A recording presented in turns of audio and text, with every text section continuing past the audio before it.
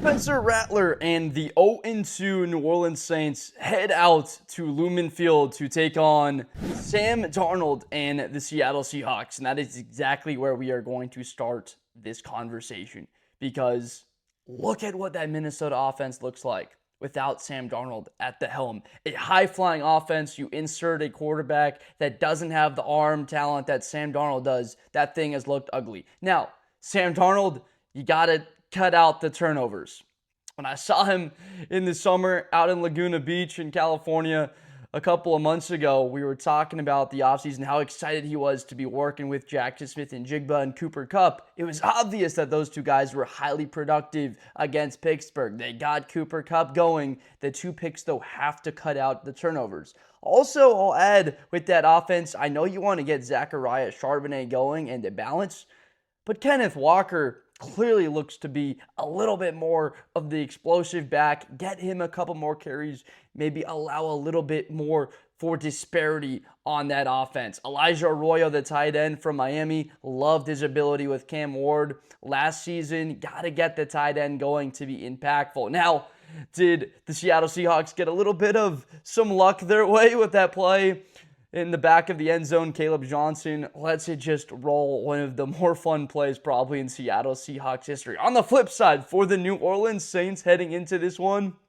they've got their guy, Spencer Rattler. What a performance. 3 touchdowns, no turnovers, seemingly look like rejuvenating that New Orleans offense. Alvin Kamara toting the ball decently well, not exactly good enough for New Orleans to take command in that football game. I love the way that they fought week 1 against Arizona, staying in that game, keeping it 1 score.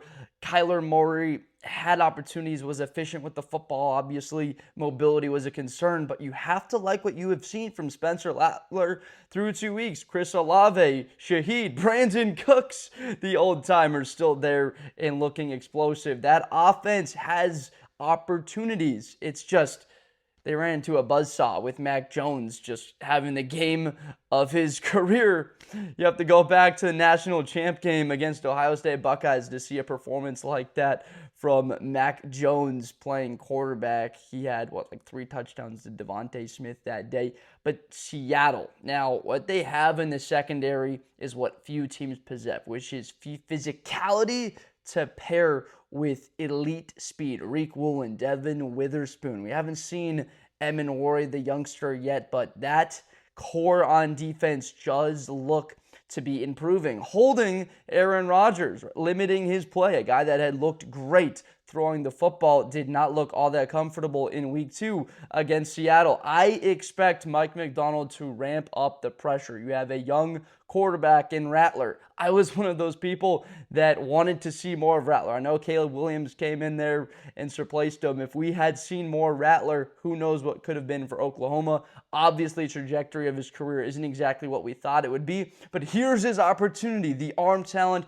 the physical traits he possesses, he can be the future guy for New Orleans. This is the exact type of game you got to win, because you can have the production, you can have the touchdowns and the yards, have to win football games. Tough place to do it on the road at Seattle, and that's exactly why I want Mike Macdonald to ramp up the pressure on the young quarterback. Now, what can help Spencer Rattler, obviously, is Alvin Kamara. Have to get him at least 20 touches of the football in this game. If you have any less than that in an environment like Seattle, I know he's seen some pretty raucous environments in his career, has Rattler, but Seattle is a different place. The 12th man is for real, and that thing is legit. Now, for New Orleans, this is huge. You cannot drop to 0-3. The NFC South looks very strong at the top. Atlanta with a great performance bounce back against Minnesota. The Tampa Bay Buccaneers have an elite offense. Carolina looks very weak like they have the past couple of years.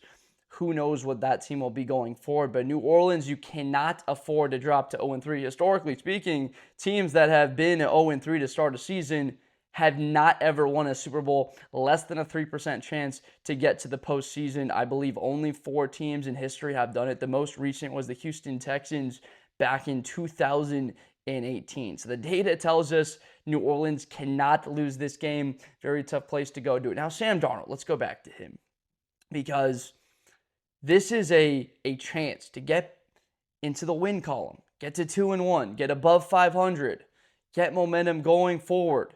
Aggressive thrower of the football. You've got a big divisional road game with the Arizona Cardinals. Huge opportunity to move to 2-1 on the season. Obviously, every NFL game is big, but for Seattle, it just feels like if you want to keep pace with the 2-0 Cardinals, if you want to keep pace with the 2-0 Los Angeles Rams, if you want to keep pace with the 2-0 San Francisco 49ers, you have to find a way to come up with a win. They're the weak link. They're the only team that has lost a game so far. The NFC West has looked like the best division in football, and we have teams like the San Francisco 49ers winning games without their starting quarterback and Brock Purdy and his long-term health and the ability to stay healthy, along with when do we see Brandon Ayuk for them, Christian McCaffrey, all of those question marks, George Kittle, like that team, but they find a way to win football games. Or Seattle have to win this. You have to keep pace in that division. We talked about Kenneth Walker in the run game. Gray Zabel, interior offensive line. They have to hold up against New Orleans. This is a unit that has been very good throughout the 2010s. Back to the 2000s, they were a great unit. The last couple of seasons, not so much. New Orleans' defense has not been where they had been in the past. Obviously, they still got Cam Jordan there. This guy is, 36 years old, and he's still making plays for him. Incredible to see him still playing at a decent level. But it's Carl Granderson. This is a guy that has to make an impact. Cam Jordan, you have to find a way to impact this football game. Granderson has to get there. Demario Davis. It's like people forget about Demario Davis, and they always think about Levante David in the middle of the field. There's a podcast I heard Demario Davis talking. This guy loves football. He's been in the league a long time. He's stayed healthy.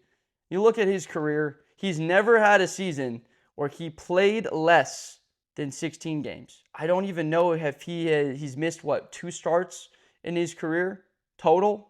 From the Jets to Cleveland, back to the Jets to New Orleans. This guy has played football for a long time at a really high level, and seemingly it has looked like he hasn't really lost a step. New Orleans with that depth, these older players, that's exactly what you can utilize. Now, Kelvin Banks, the left tackle, these are big moments. It seemed like the Seattle Seahawks have to hold up in pass protection. Where do I have so far in a lean for this game? I do believe that Seattle will be able to establish the run, that they seem like they can be a little bit faster. That overall in this secondary, that they will have answers for Spencer Rattler, that they have the physical traits to be able to cover that New Orleans wide receiver core. And offensively, that their run game is explosive enough with Kenneth Walker taking the lead. Maybe you want to see him get 17, 18 carries in Charbonnet. Look, UCLA got no problem with the UCLA Bruins except for their football team now. He's no longer there, firing their head coach. That program looks like it's in shambles currently.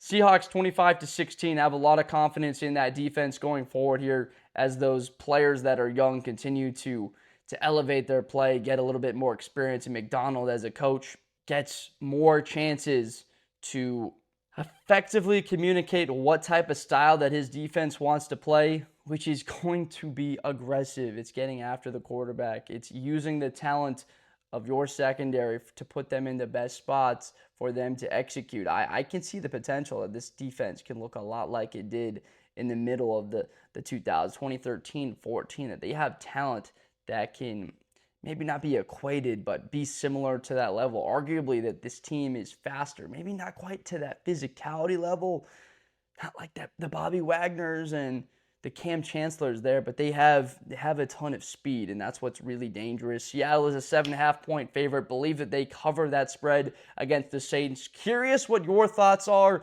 on this one. If you're a Saints fan and you think Rattler just has that juice to be able to lift the Saints to a win in this one, or if you're a Seattle Seahawks fan and you believe that Sam Darnold has enough that they have a big reason to go out and win this game before they see a divisional opponent, that environment will be too tough for New Orleans and the young quarterback and Rattler to come away with a win. Let me know down below. Want to hear from you, but I appreciate you so much for watching. Make sure to subscribe for more content in the future, and I will see you next time. We'll see if Kellen Moore can get his first career win as a head coach.